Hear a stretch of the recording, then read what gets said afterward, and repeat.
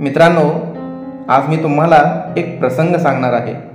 या प्रसंगात शाहीर विठ्ठलजी उमप यांनी प्रसिद्ध कथाकार, कादंबरीकार, साहित्य सम्राट, लोकशाहीर अण्णाभाऊ साठे यांचे व्यक्तिचित्र रेखाटले आहे। सुमारे 35 कादंबऱ्या, अनेक कथा, लोकनाट्य, लोकगीते यांसारखे विपुल लेखन करणारे अण्णाभाऊ साठे हे एक अत्यंत झंझावाती व्यक्तिमत्व। त्यांच्या मनातील गोरगरिबांच्या विषयीच्या व्यापक सहानुभूतीचा आणि उगवत्या कलाकारांना प्रोत्साहन देण्याच्या वृत्तीचा परिचय या प्रसंगात आपण ऐकणार आहोत।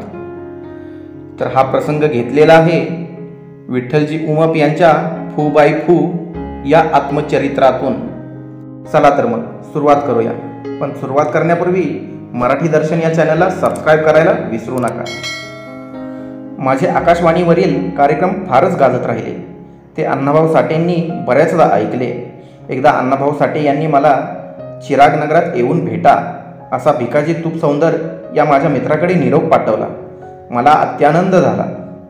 एवढ्या मोठ्या माणसानं मला भेटायला बोलावलं म्हणजे काहीतरी शाहिरी कार्यक्रम असावा। दुसऱ्या सायंकाळी 4च्या सुमारास चिराग नगरीची, काचखाळग्यांची आबडधोबड वाट तुडवत अण्णांचं घर विचारत एका झोपडेपाशी आलो। त्या झोपड्याच्या दारात वलानीला बाळवती सुकत घालत असलेल्या बाईला अण्णाभाऊ साठेंचं घर कोणतं म्हणून विचारलं।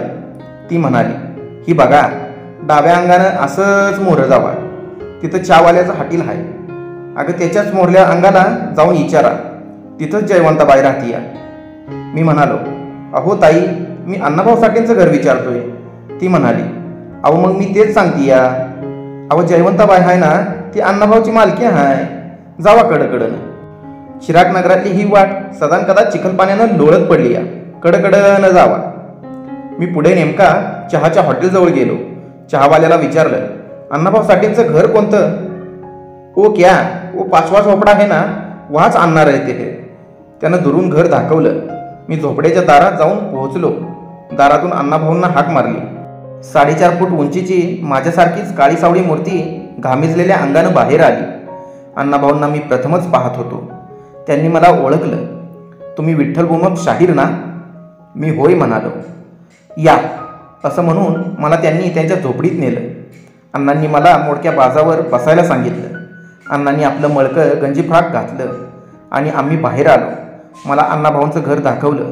त्याच चहावाल्याच्या हॉटेलात अण्णांनी चहा दिला। तिथेच त्यांनी शाहीर तुम्ही केव्हापासून गाता वगैरे चौकशी केली। मी मोकळेपणाने पण लाजत बुजत सारं काही सांगून टाकलं। ऐकून त्यांना खूप बरं वाटलं। आम्ही चहा घेतला। अण्णा म्हणाले, तुम्ही फार चांगलं गाता शाहीर। तुमच्या रचना आकाशवाणीवरून मी ऐकल्या आहेत।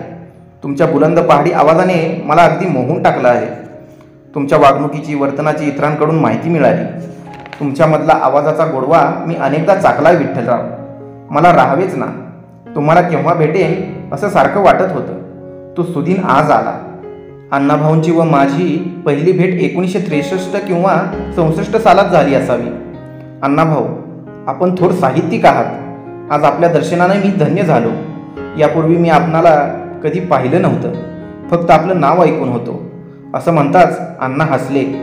आता आपली गट्टी जमली, माझ्याकडे येत चला, विसरू नका विठ्ठलराव। एवढ्या मोठ्या शाहिराने आपलेपणाने मला जवळ केलं, जणू काही फार वर्षाची आमची ओळख असावी। अशाच पद्धतीने माझ्याशी त्यांचं बोलणं होतं, वागणं होतं। पहिल्याच भेटीत मी त्यांच्या प्रेमात पडलो। अण्णांचा निरोप घेऊन मी घरी आलो। 3ऱ्या दिवशी अण्णांच्या भेटीस गेलो असता मोडक्या टेबलावर तुटक्या खुर्चीत बसून एका दांडीला धागा बांधलेला तुटका चष्मा डोळ्याला लावून अण्णा लिहित होते।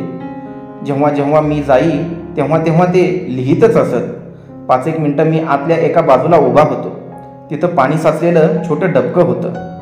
चुलीजवळ साठेवहिनी गालाला हात लावून विचारमग्न बसलेल्या होत्या। त्यांच्याजवळच एक तांब्या, एक जर्मनचं ताट, एक डेचकी असा हा संसार तोंड वाचून पडलेला। चुलीत अर्धी कोळसा जळलेली लाकडं होती। अण्णांच्या वलानीला बऱ्यापैकी एक सदरा, लेंगा हँगरला लोंबकळत होता। अण्णांच्या समोर एक पुतळा होता।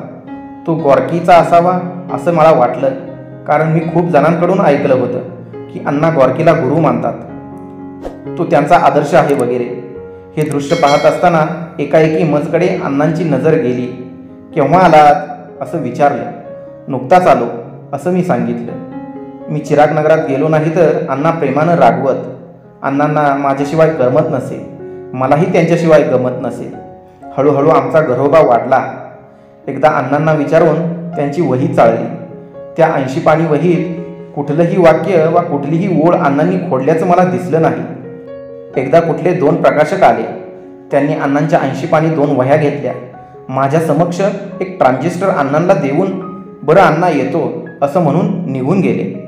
अण्णांच्या कथेचं मानधन केवळ एक ट्रान्झिस्टर. मी विचारच करत राहिलो. कधीकधी अण्णाही माझ्या घरी येत. असेच एकदा माझ्या घरी अण्णा जेवायला आले होते.